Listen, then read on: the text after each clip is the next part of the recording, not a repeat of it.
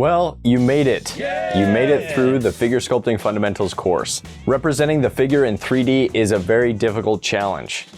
But if you'll use the tips and techniques in this course and break down the process into manageable steps, you'll find that it's much more doable.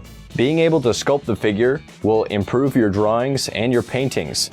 It will give you a better sense of how the figure exists in space. The principles taught in this course about sculpting the figure can be applied to animals, plants, still lifes, or whatever else you might want to sculpt. I hope that you've found the motivation to actually do the sculpting exercises along with the lessons, or that on your second time through, you'll be able to watch the videos and do the assignments. I know what it's like to binge watch Proko and feel like you've learned a lot.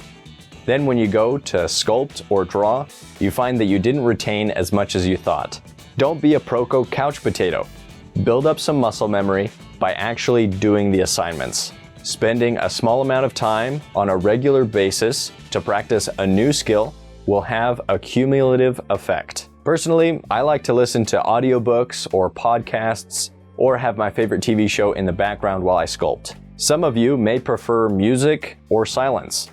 Find whatever helps you practice and build it into a routine. If you really want to improve, try setting reasonable daily or weekly goals for practice, and then set some rewards in place for yourself for if you reach those goals. It's always good to reward ourselves when we do a good job. Something that really helped me was starting an art Instagram page and setting goals to post new work regularly. It encouraged me to keep creating new work and keep practicing. I also followed artists that inspired me so that I could be inspired by their work. With regular practice, you will soon be able to develop new skills and create new works of art that were once beyond your skill level. I should mention that the way I go about sculpting in this course is not the only viable method of sculpting.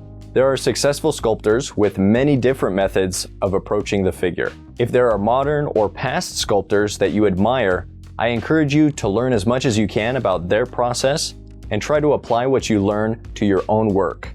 If you'd like to sculpt from life without breaking the bank, try to find a community of artists in your area, or start your own. With enough people pitching in, the bill for a live model can be very reasonable. Some community centers or galleries near you might already have modeling sessions that you can join, though a lot of these are just for drawing, and when you're sculpting, it is nice to be able to walk around the model. If you're truly determined to become a good sculptor and you're willing to put in the work, you'd be surprised just how fast you can improve.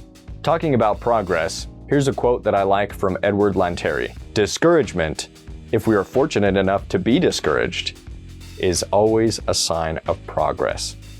Don't be afraid of discouragement. Keep sculpting and practicing a little each day.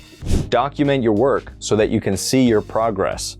If you're tenacious and determined enough, you'll always find something that you can improve on. I'm still trying my best to keep improving as a sculptor. There's always something new to learn, so keep learning and keep sculpting.